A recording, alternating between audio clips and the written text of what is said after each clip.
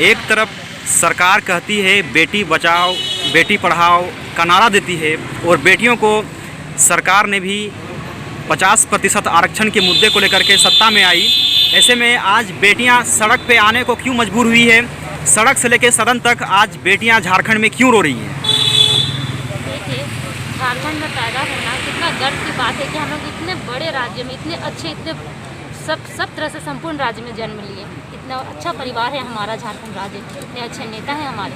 लेकिन इसके साथ साथ हमारा क्या है कि बेटी बचाओ बेटी पढ़ाओ तो ठीक बात है, ये बस अब लगता है बस पोस्टर नहीं लिखा रह जाएगा, क्योंकि इसके आगे की लाइन ये है कि बेटी बचाओ बेटी पढ़ाओ, साथ ही साथ बेटियों को आंदोलन सिखाओ, धरना सिखाओ, क्योंकि यहाँ सरकार इसी से बात सुनती है। और हमें तो ऐसा लग रहा है कि शायद सरकार सुन भी नहीं रही है हमारी बात।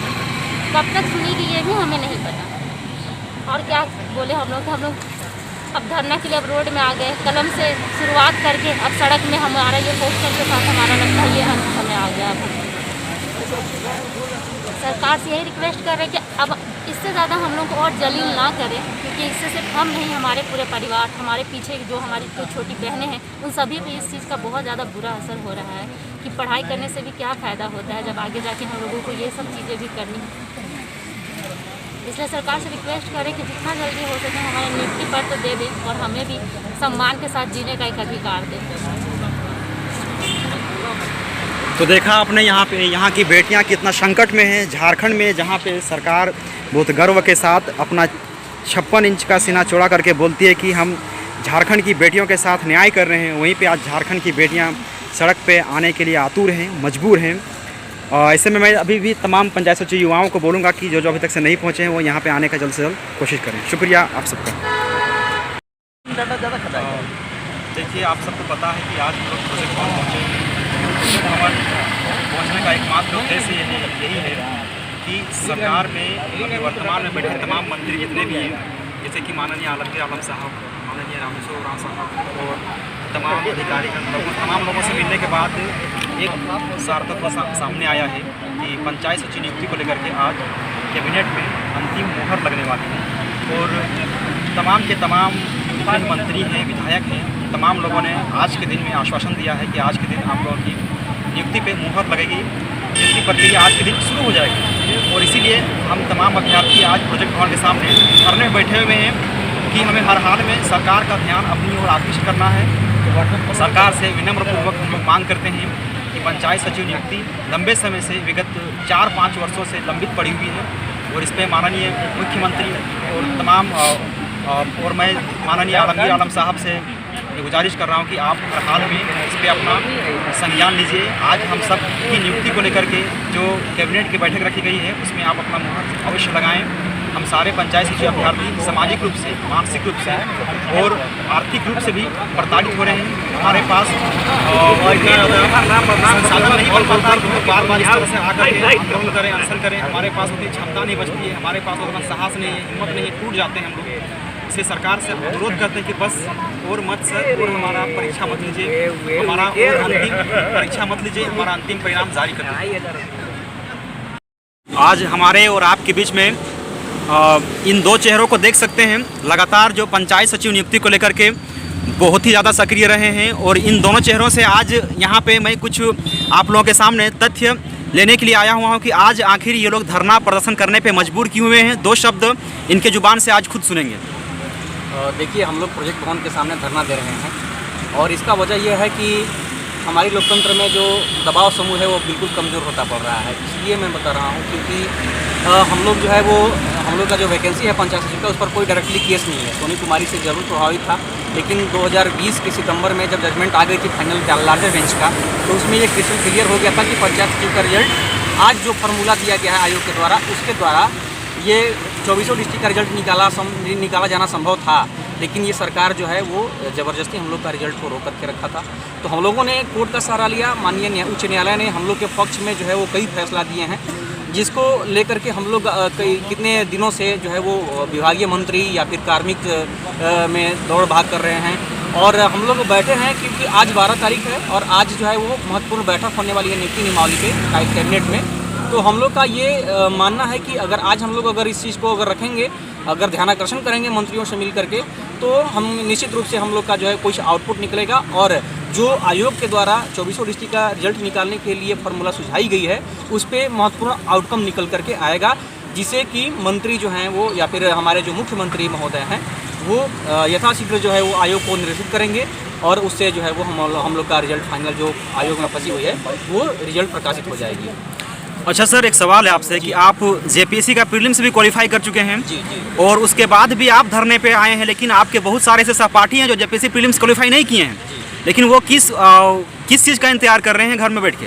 देखिए, पहली बात है कि ये पंचायत सचिव का जो नियुक्ति है, ये अपने आप में एक मिसाल है, क्योंकि ये दो चीज़ के लिए बहुत ही ज़्यादा इम्पोर्टेंस रखती है। पहली बात, इसमें इतने लोग जो है वो टाइपिंग पास किए हैं, और दूसरी बात है कि इसमें पहली बार 50% महिलाओं का रिजर्वेशन है। ये इस नियुक्ति के लिए हम लोगों ने कम से कम विगत 4 सालों से बहुत अथक परिश्रम किया है। तो जो लोग इस चीज़ को महत्व नहीं दे पा रहे हैं, हमको नहीं लगता है कि वो आगे कोई काम के लोग हैं, या फिर अपने अगर बाय द वे अगर उनका नियुक्ति हो जाती है तो वो पंचायत संभालने या फिर कोई अपना विभाग संभालने के योग्य है। मैं यही कहूँगा कि अगर ये चीज़ अगर डेडिकेशन नहीं दिखा पा रहे हैं, तो उनकी जो मंशा है या उनकी निष्ठा है, उसमें कहीं ना कहीं कमी है। मैं चाहता हूँ कि उन लोग जो है वो आगे आने वाले समय में हम लोग का बहुत बढ़ चढ़ करके हिस्सा साथ दें, और कोई भी जो हम लोग का जो आगे की जो योजना बनती है, कार्य योजना तय होती है, उसमें सहभागिता निभाएं। धन्यवाद। देखिए, हमारे साथ प्रिंस गुप्ता जी हैं। 2 शब्द इनसे सुनते हैं। लगातार विभागीय चक्कर में इनका बहुत बड़ा योगदान रहा है, और धरना प्रदर्शन करते हुए भी आज अगर इस पंचायत सचिव की नियुक्ति को जीवित रखने वाले हैं, तो जीवित रखने वाले व्यक्तियों में से इनका भी नाम एक आता है। 2 शब्द इनसे सुनते हैं कि आज इस समय धरने पे क्यों बैठे हुए हैं। आज देखिए, धरने पे बैठने का खैर इच्छा तो नहीं करता है कि हम लोग धरना पे बैठें, पर इतनी जो समय इतने अधिक हो चुके हैं, मतलब कि 3 साल 4 साल किसी भी नियुक्ति के लिए बहुत ही, मतलब क्या बताएं, ज़िंदगी और एज सबसे बड़ा एज फैक्टर करता है कि एज इतना ज़्यादा बढ़ जा रहा है कि हम लोग बहुत ही घर से प्रॉब्लम क्रिएट हो जा रहा है कि इतना हो रहा है, क्यों नहीं कर पा रहा है, क्यों नहीं कर, तो बहुत ज़्यादा घर से प्रेशर बन रहा है उस चीज़ को लेकर। और मतलब क्या बताएं, मतलब बहुत दिक्कत का सामना करना पड़ रहा है इतने सालों में। अब तक ले तो इससे पंचायत सचिव की वैकेंसी तो पूरी हो जानी चाहिए थी, पर अभी तक हो नहीं पाया है। फिर भी हम लोग आज बहुत ही मतलब उम्मीदें लेकर आए हैं हेमंत सरकार से कि हम लोग को एक नियुक्ति जो है कि कराए, और हम लोग अपने घर परिवार में खुश रहें। सामने देख सकते हैं पंचायत सचिव के सबसे सक्रिय अभ्यर्थियों में से एक हैं विकास जी। आपको विकास सिंह जी 2 शब्द बोलेंगे कि यहाँ पे इस समय ये धरने पे क्यों बैठे हुए हैं, इनकी मुख्य मांग क्या है? आज चूँकि कैबिनेट मीटिंग है, पूर्व में भी सूचना हो गया था, और हम लोग माननीय मंत्री जी लोग सभी मिले, माननीय गजरेट ठाकुर सर से, रामेश्वर राव सर से, तो हम आज ही माननीय ग्रामीण विकास विभाग मंत्री आलमगीर आलम महोदय से मिले। तो सभी ने हम लोगों को आश्वासन दिया है कि चूँकि आज कैबिनेट मीटिंग है और इसमें आप लोगों का मुद्दा को रखेंगे और क्लियर कराने का पूरा कोशिश करेंगे। और पूर्व में भी हम लोग यहाँ पे आए थे प्रोजेक्ट भवन में, तो जैसा कि अंदर में अधिकारीगण से हम लोगों को यही आश्वासन मिला कि आप लोगों का जो है फाइल सरकार के समक्ष पेंडिंग है और सरकार को ही इस पर निर्णय लेना है। तो इसी उम्मीद के साथ आज हम लोग बैठे हुए हैं कि आज कैबिनेट मीटिंग है और सरकार इस पर कुछ पॉजिटिव इस पर डिसीजन ले। शुक्रिया। और बहुत ही उम्मीद है हम लोग को इस सरकार से, इस इलाज में बैठे हुए हैं। उम्मीद है कि आज हम लोग को क्लियर भी हो जाना चाहिए। जो आप देख सकते हैं कि बहुत सारे अभ्यर्थियों का यहाँ पे अभाव रहा। लगा था कि संख्या बल कम से कम 1000 के आसपास पहुँचेगी, लेकिन अब तक से नहीं पहुँच पाई। इसका कारण क्या है?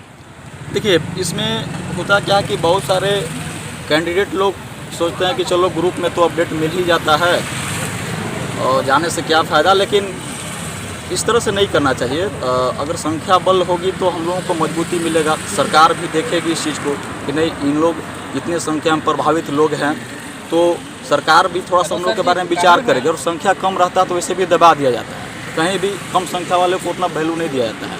तो मैं उन कैंडिडेट से आग्रह करना चाह रहा हूँ अभी भी कि आप लोग जो घर में बैठ करके जो अपडेट, जो फ्री का अपडेट लेते हैं और सोचते हैं कि चलो दौड़ ही रहा है एक्टिव कैंडिडेट लोग, तो उससे नहीं होता है। आप लोग साथ आएँ, साथ आने से तो मजबूती मिलता है और साथ रहेंगे तो हम लोग सरकार को झुका भी सकते हैं, क्योंकि हम लोग का अपना हक है। हम लोग जो है एग्ज़ाम पास किए हैं और इसमें हम लोग ऐसा थोड़ा ना कि किसी से पैरवी करके या पैसा से खरीद करके नौकरी ले रहे हैं। हम लोग मेहनत करके इस एग्ज़ाम को अचीव किया है। तो सबको इसमें साथ आना चाहिए। साथ आने से यही होता है कि एक मजबूती मिलता है और सरकार भी इस पर निर्णय लेने के लिए विवश होती है। यही है।